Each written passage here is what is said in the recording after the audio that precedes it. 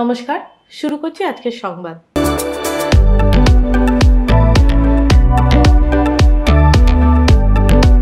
বছর দুয়েক প্রায় বন্ধ থাকার পর খুলল জামালপুর ২ নম্বর অঞ্চলের গুরুত্বপূর্ণ স্বয়ম্বর গোষ্ঠী শ্রীমা সংঘ।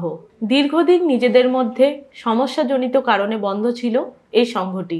পরবর্তীতে তারা সকলে মিলে বিডিওকে আবেদন করলে তাদের আবেদনে সাড়া দিয়ে ১২ই মার্চ এই সংঘের ঘরের চাবি খুলে দিয়ে পুনরায় সংঘটিকে প্রশাসনের পক্ষ থেকে চালু করা হয়।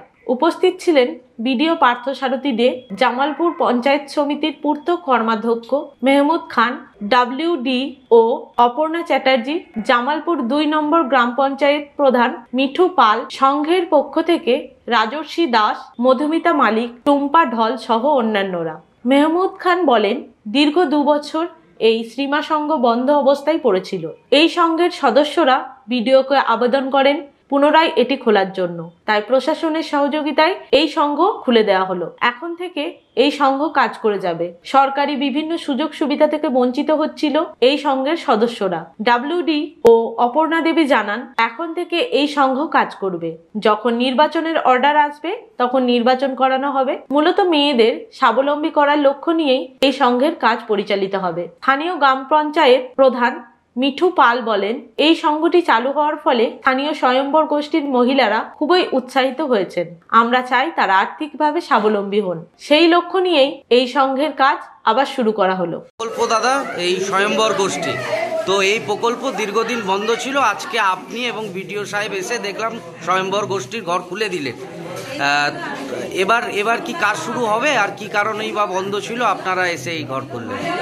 দেখুন, এদের এই সঙ্গে মেয়েদের সঙ্গে একটু মতভেদ ছিল। যে মতভেদের মধ্য থেকে এখানে কিছু বিক্ষুব্ধ মহিলারা তারা তালা মারে। উভয়ের মধ্যে কথোপকথন হয়, হওয়ার পর অশান্তি সৃষ্টি হয়। সেই জায়গায় আপাতত ২ বছর বন্ধ ছিল। এটা উভয় পক্ষই বিডিওর কাছে লিখিত অভিযোগ জানায়।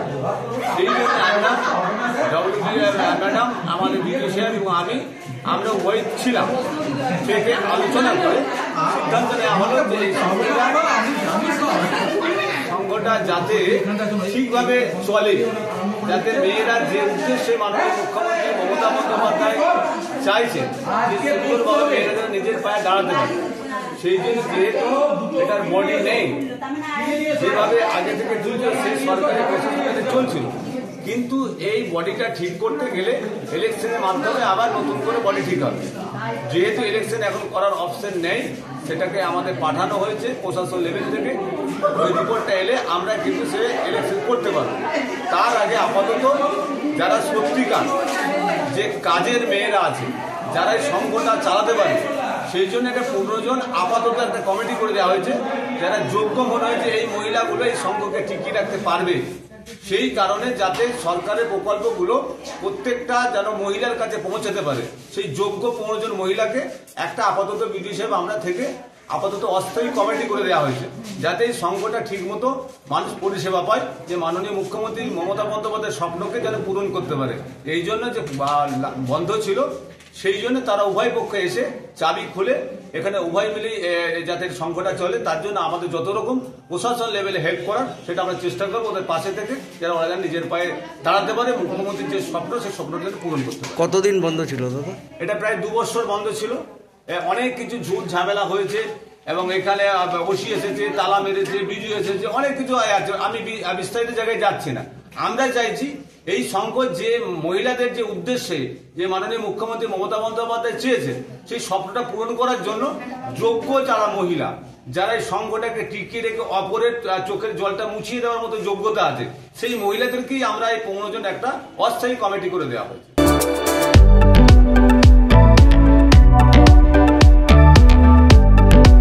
পূর্ব বর্ধমান জেলার খণ্ডঘোষ ব্লকের সগড়াই গ্রামে শ্রী শ্রী ধর্মরাজের গাজনকে কেন্দ্র করে মেলা ও উৎসবের আয়োজন করা হয়। এই উপলক্ষে এখানে পূর্ব বর্ধমান জেলা পরিষদের উদ্যোগে শৌচাগার ও স্নানাগার নির্মাণ করার ব্যবস্থা করা হয়। এই কাজে উদ্যোগ গ্রহণ করেন পূর্ব বর্ধমান জেলা পরিষদের অধ্যক্ষ অপার্থিব ইসলাম। তিনি এই ধর্মরাজের গাজনকে কেন্দ্র করে উপস্থিত সন্ন্যাসীদের সঙ্গে সৌজন্য সাক্ষাৎ করেন, তাদের সঙ্গে কুশল বিনিময় করেন। অপার্থিব ইসলাম বলেন, এখানে সগড়াই গ্রামে এই গাজন উপলক্ষে বাদুলিয়া সহ 4-5টি গ্রামের মানুষ উৎসবের আনন্দে মেতে ওঠেন।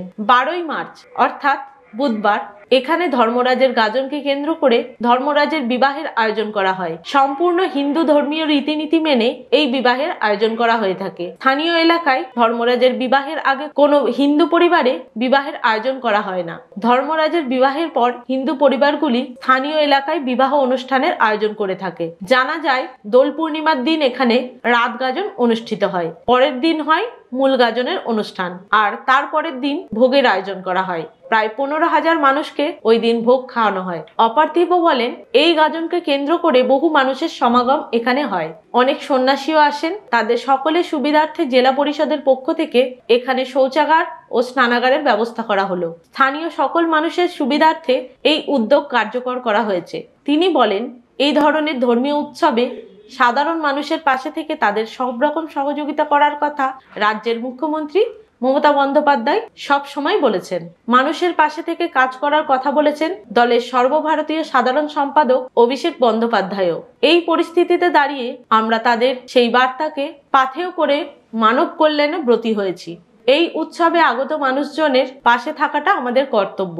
জনপ্রতিনিধি হিসেবে সেই দায়িত্ব পালনে এগিয়ে আসতে পেরে নিজেকে ধন্য বলে মনে করছি। আমরা আজকে এসেছি আমাদের খণ্ডঘোষ ব্লকের সগড়াই অঞ্চলের সগড়াই গ্রামে। এখানে একটি দোলকে কেন্দ্র করে ধর্মরাজের একটি বড় গাজন হয়। এই 2-3 দিনে প্রায় লক্ষাধিক মানুষের সমাগম হয়। কিন্তু এখানে একটা শৌচালয় এবং স্নানাগার হওয়ার খুবই প্রয়োজন ছিল। এলাকার মানুষের অনেক দিনের চাহিদা ছিল এটা। তা ওনারা সরাসরি আমাদের মুখ্যমন্ত্রীকে ফোন করেছিলেন। তৎক্ষণাৎ আমাদের প্রিয় মুখ্যমন্ত্রী, সকলের প্রিয় দিদি মাননীয় মমতা বন্দ্যোপাধ্যায় জেলা পরিষদের মাধ্যম দিয়ে আজকে সেই শৌচালয় এবং স্নানাগার আজকে উদ্বোধন হলো। এবং এতে গ্রামের মানুষ সহ বহু মানুষ, এখানে বড় মেলাও বসে। মেলায় যে দোকানদাররা ভাইরা আসবেন এবং এখানে প্রায় 20-30 জন আমাদের সন্ন্যাসী মশাই থাকেন, তাদেরও খুবই অসুবিধা হয়। তাই আমরা আজকে একে উদ্বোধন করলেন। মানুষের চাহিদা মতো আমাদের সরকার যেটা দিয়েছেন, প্রায় ব্যয় হয়েছে 6,20,000 টাকার মতো ব্যয় হয়েছে এবং খুব সুন্দর, এলাকার মানুষের খুব পছন্দ এবং খুব খুশি হয়েছে।